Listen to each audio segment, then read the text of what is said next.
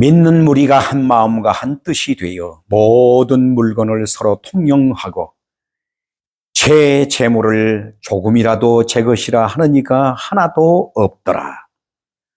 사도들이 큰 권능으로 주 예수의 부활을 증거하니 우리가 큰 은혜를 얻어 그 중에 핍접한 사람이 없으니 이는 밭과 집 있는 자는 팔아 그 판 것의 값을 가져다가 사도들의 발 앞에 두매 저희가 각 사람의 필요를 따라 나누어 주미러라. 구브로에서 난 레위인족이 있으니 이름은 요셉이라. 사도들이 이를 걸어 바나바, 번역하면 권위자라 하니 그가 밭이 있음에 팔아 값을 가지고 사도들의 발 앞에 두니라. 아멘.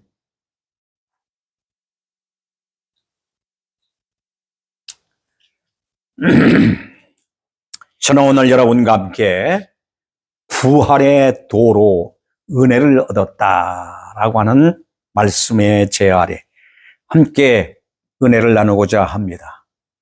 지난주에 우리는 핍박과 박해 속에서도 생명의 부활의 도는 더욱 견고히 전파되었다는 말씀을 대하였습니다. 오늘은 33절 말씀 보니까 사도들이 큰 권능으로 주 예수의 부활을 증거하니 우리가 큰 은혜를 얻었다라고 이렇게 말씀으로 시작한 것을 보게 됩니다. 여기 생명의 부활의 도, 이보다 소망을 주고 삶의 활기를 부르는 것이란 아무것도 없다는 것입니다. 반대로 영육간의 죽음, 이 죽음이 더 절망하게 하고 삶을 험하게 하는 것도 또한 없을 것입니다. 그러므로 이 땅에 우리에게 주어진 최대의 핵심의 능력은 바로 뭐냐? 생명의 부활의 도인 것입니다. 그러므로 오늘 우리가 어디에 붙들려 살아가느냐? 아무 소망도 없고 절망 속으로 나락으로 빠져들어가는 죽음을 붙들고 사느냐? 생명의 도인 부활을 붙들고 사느냐? 여기에 우리의 삶의 갈림길이 있다고 하는 것을 분명히 우리는 알고 살아가야 할 것입니다. 초대교회의 성도들은 부활의 도로 말미암아 큰 은혜를 얻었다라고 이와 같이 말씀하고 있습니다. 이보다 더 큰 은혜는 있을 수가 없는 것이죠. 그 고귀한 은혜를 얻었기에 그 결과가 얼마나 놀라운 일들로 전개되었으며 초대교회의 새로운 폭발적인 변화의 역사들이 있었음을 우리는 보게 됩니다. 그리하여 그 중에 핍절한 사람이 없었다고 말합니다. 그 결과가 바로 이렇게 모두가 다 충만했다는 겁니다. 영육간에 충만했다. 이것이 바로 하나님의 나라입니다. 이것이 바로 하나님 주시는 은혜의 축복입니다.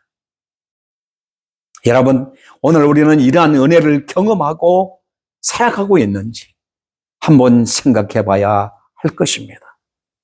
물질적인 핍접이나 풍요로만 보여서는 여기서 아니 된다는 말씀을 더욱 힘주어 말하고 있습니다. 물질적인 핍절이 없기 전에 먼저 영적인 핍절이 없었다는 겁니다. 특정한 사람만이 아니라 우리가 다 큰 은혜를 얻었다. 여기에 구분이 없었습니다. 남녀노소 구분이 없었습니다. 배운 자, 못 배운 자, 높고 낮은 지위, 이게 문제가 아니었습니다. 다 영적으로 하나가 됐다. 성령 안에서 하나가 됐다. 말씀 안에서 하나가 됐다. 부활의 도, 그 생명의 복음 안에서 하나가 되었다는 것을 말씀하고 있는 것입니다. 32절의 말씀 이렇게 시작합니다. 믿는 무리가 한 마음과 한 뜻이 되어 모든 물건을 서로 통용하고 제 물건을 조금이라도 제 것이라 하는 이가 하나도 없더라고 말씀하고 있는데, 이 말씀은 엥카르디아 카이 푸시케미아라고 하는 말인데, 그리스도를 머리로 하여 한 몸을 이룬 교회가 그 믿음으로 말미암아 가지게 되는 자연스러운 결과를 여기서 말씀하고 있는 것입니다. 이는 물건을 통용하기 이전에 한 마음 한 뜻으로 마음을 통용하고 뜻을 통용함이 우선이었다고 하는 것입니다. 이게 얼마나 중요한 일입니까?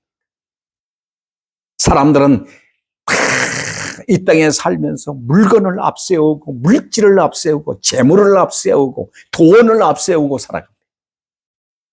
그것이 다 중심이 돼서 거기에 사람이 모이고 거기에 모든 것들이 다 이루어진 줄 압니다. 그런데 그것은 언제 깨어질 줄 모르는 바로 바람과 같은 것이고 또한 건불과 같은 것들입니다. 그러나 은혜 아래에 모인 무리, 성령 안에서 모인 무리, 부활의 돌 안에서 모인 무리들은 흩어질래야 흩어질 수 없고 깨어질래야 깨어질 수 없고 무너질래야 무너질 수 없는 단단한 바로 하나됨이었습니다. 그래서 성령으로 하나 되었다는 얘기입니다. 이것이 얼마나 중요한 메시지를 우리에게 주고 있는지 우리는 알아야 할 것입니다.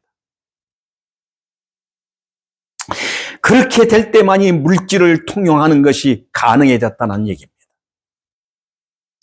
나아가 제 것을 제 것이라 하는 이가 없었다면 이는 자신과 자신에게 속한 모든 것이 주의 것이라고 하는 고백입니다. 다 아버지의 것입니다. 다 아버지의 소유입니다. 다 아버지의 모든 것들입니다. 이 고백입니다. 저들을 이처럼 변화시킨 원동력이 다름 아닌 생명의 부활의 도에 있었다는 사실을, 성령의 은혜 속에 있었다는 사실을 가르쳐주고 있습니다. 이러한 초대교회 공동체 생활을 대할 때에 인적으로 모방하려는 극단적인 세력들이 있음을 주의해야 합니다. 오늘날에도 수많은 사람들이 예수를 믿으면서 자신들도 이와 같이 초대교회와 같은 이러한 공동체를 이루어 봐야 되겠다 하고 공동체를 모집하고 있습니다. 공동체를 만들어 이루어가고 있습니다. 그러나 그들의 자신들의 결단 속에서 이루어지는 이 극단적인 행동이 결과를 어떻게 가져왔어요? 얼마나 무서운 사건으로 전개된지를 알아야 합니다. 반대로 이것이 성급한 일이라든가 불가능한 일로 여기서는 또한 아니 된다고 하는 얘기입니다. 성령으로 하나 되면, 부활의 도로 하나 되면 가능할 수도 있다는 사실을 우리에게 밝혀주고 있습니다. 그런데 초대교회 이때의 역사 이후에는 바로 그러한 일들이 없었다고 하는 것이 또한 주목할 만한 것입니다. 왜 이때 이러한 것을 보여줬을까? 우리는 주의 깊게 생각해야 돼요. 하나님의 교회가 출발함에 있어서 이것을 통하여 하나님의 나라가 어떻게 형성되고 하나님의 나라가 어떻게 우리에게 주어질 것을 이렇게 모델로 보여주시면서 출발시키기 위한 성령의 역사요, 하나님 복음 역사였던 것입니다.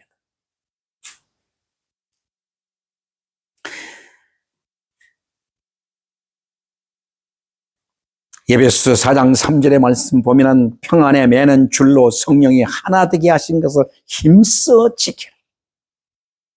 우리가 가져야 할 신앙의 본분은 바로 무엇입니까? 성령이 하나 되게 하신 것을 힘써 지켜가는 이 믿음이 중요하다는 것을 우리에게 말씀하고 있습니다. 더 나아가 빌립보서 4장 2절에 보면 주 안에서 같은 마음을 품어라. 같은 마음이 아니면 깨어져 버리고 같은 마음을 품어라. 이러한 은혜의 모습을 계속 지속할 수만 있다면 얼마나 좋겠습니까? 그런데 우리는 다음 주부터 5장에 넘어가서 이제 말씀을 대하겠습니다만 5장에서 아나니아와 삽비라의 극단적인 사건과 대조를 이루고 있는 모습을 보게 됩니다. 은혜가 충만할 때는 본문에 공동체 삶은 가능하였습니다. 그러나 5장 3절에 보면 사단이 네 마음에 가득하여라고 하는 말씀과 같이 사단에 의해서 마음이 조종을 받게 될 때에는 그 아름다웠던 공동체의 삶은 깨어져 버린다고 하는 양면성을 보여주고 있습니다.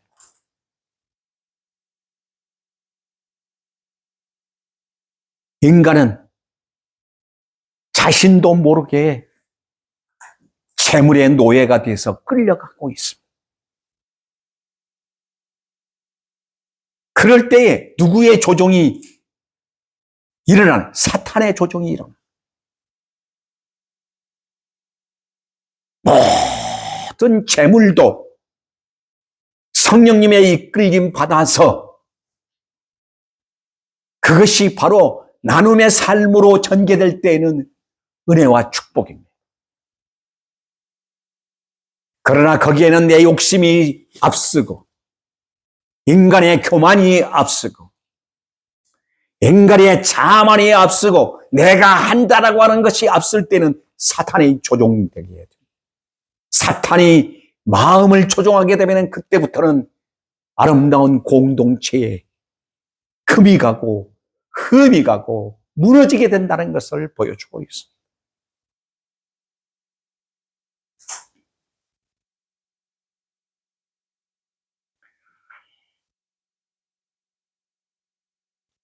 사랑하는 여러분, 베드로후서 1장 4절로 7절 말씀을 우리가 보면은 신의 성품에 참여하는 자가 도달해야 할 8단계를 말씀해 주고 있어요.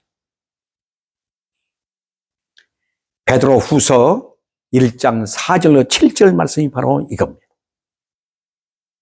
제일 첫 번째 단계가 뭐냐? 믿음의 단계입니다. 하나님이 믿음의 선물을 우리에게 주셔서 그 믿음의 온전함을 이루고 출발하도록 저희들에게 은혜를 베푸셨습니다.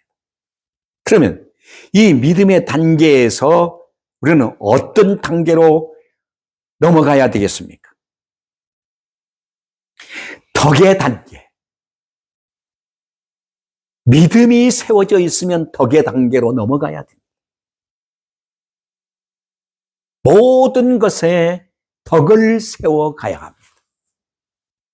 그런데 믿음을 가졌다면서도 그리스도를 욕먹는, 하나님을 욕먹이는 이런 신앙생활을 하는 사람들이 얼마나 많아요. 덕을 이루어야 합니다. 셋째 단계는 지식의 단계입니다. 깊이 있게 하나님을 알아가고 말씀을 알아가고 그 알아감으로 겸손해져야 합니다. 절제의 단계입니다. 그 다음에 가야 할 자리, 안 가야 할 자리, 서야 할 자리, 안 서야 할 자리, 먹어야 할 것이, 안 먹어야 할 것. 다 절제, 신앙에는 절제가 따르는 것. 그 다음에는 인내의 단계입니다. 끝까지 기다리는 사람. 하나님의 은혜 속에 사는 사람은 기다리는 사람. 믿음을 가진 사람은 기다리는 사람입니다. 인내입니다. 그 다음에 단계는 경건입니다. 모든 삶을 하나님 앞에서 살아가는 삶으로 이와 같이 경건에 이르 예배 중심의 삶이에요. 어느 곳에서든지 어떤 생활 속에서든지 예배 중심의 삶이 일어나요. 경건입니다. 그 다음에는 형제의 우애입니다. 이게 7번째 단계. 형제의 우애. 여기까지 도달한다고 하는 것은 굉장한 사건입니다. 그 다음에는 사랑입니다. 사랑을 공급하라. 여러분, 이 엄청난 사건이 바로 여기 하나님은 누구라고 그랬어요? 사랑이시라고 그랬어요. 하나님의 단계가 바로 사랑의 단계. 우리가 하는 사랑은 바로 어떤 사랑입니까? 에로스적인 사랑, 인간적인 사랑입니다. 그러나 하나님의 사랑은 아가페적 사랑입니다. 무조건적 사랑입니다. 내어주는 사랑입니다.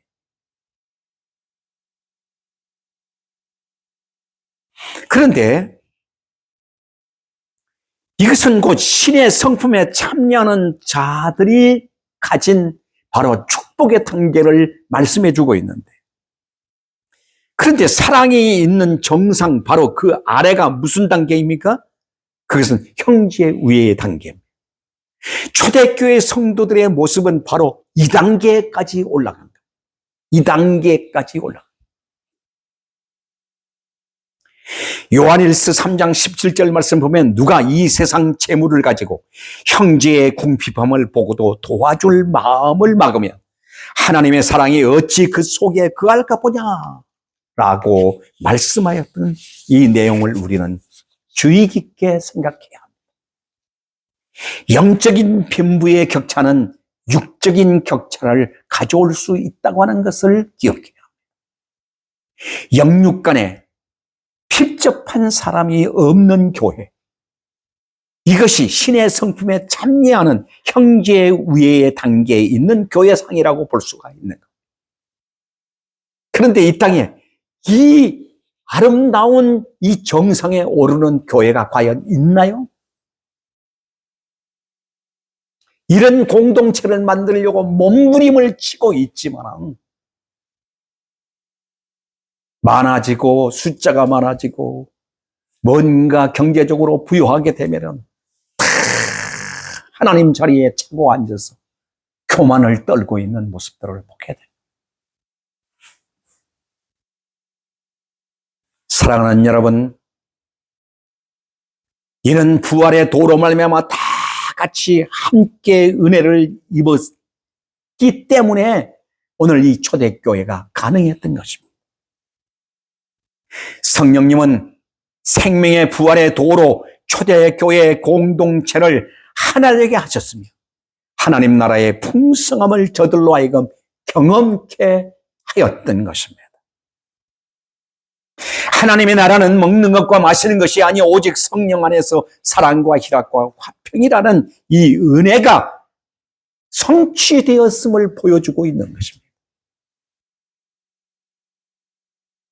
그러므로 초대교회를 통해서 하나님의 나라가 어떻게 임할 것을 저희들로 하여금 경험케 하면서 낙심하지 아니하고 그 나라 완성을 위해서 매진하며 부활의 생명의 도를 선포하고 살아야 할 것을 더욱 저들을 통해서 힘있게 전파되도록 가르쳤던 것입니다. 사랑하는 여러분, 오늘 우리는 이 은혜의 비밀의 말씀을 생각하면서 앞으로의 우리에게 다가올 하나님의 나라가 어떻게 전개되느냐 하는 것을 우리는 깊이 있게 생각해야 할 것입니다. 그러면서 36절에 바나바가 등장합니다. 구브로에서 난 레위인족이 있으니 이름은 요셉이라 하고 사도들이 일컬어 바나바, 번역하면 권위자라 하니라는 이 사람을 등장시키고 있습니다. 위로, 권위의 아들이라고 하는 뜻을 가진 이 바나바, 이 바나바가 믿음을 갖게 된 첫 번째 레위인으로서 복음에 대해 유대인이 가진 편견의 큰 벽을 허물었음을 보여주기 위한 바로 이러한 말씀으로 여기에 특별히 4장 마지막 절에 기록하고 있는 것을 볼 수 있게 됩니다. 하나님의 나라의 공동체는 편견이 없는 성령 안에서 하나임을 증명하고 있습니다. 유대인이, 헬라인이, 스위드인이, 로마인이 다 하나라고 하는 것입니다. 성령 안에는 인종이 없습니다. 구분이 없습니다. 남녀노소가 없습니다. 다 하나입니다.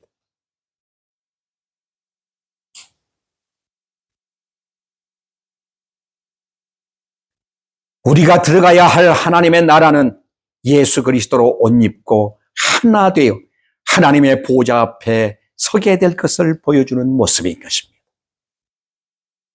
그러므로 우리도 부활의 생명의 도를 더욱 선포하여 완전한 하늘 공동체를 이루어가는 일에 힘쓰는 귀한 성도들 되기를 주의 이름으로 축원합니다. 기도하겠습니다. 자비롭고 은혜로우신 아버지 감사합니다.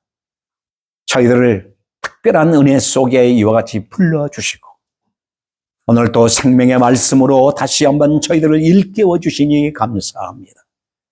초대교회가 성령 안에서 주의 부활의 도로 말미암아 은혜를 입어 하나 되는 모습이 본문을 통해서 우리는 바라보면서 앞으로 우리에게 다가올 영원한 하나님의 나라, 거기에는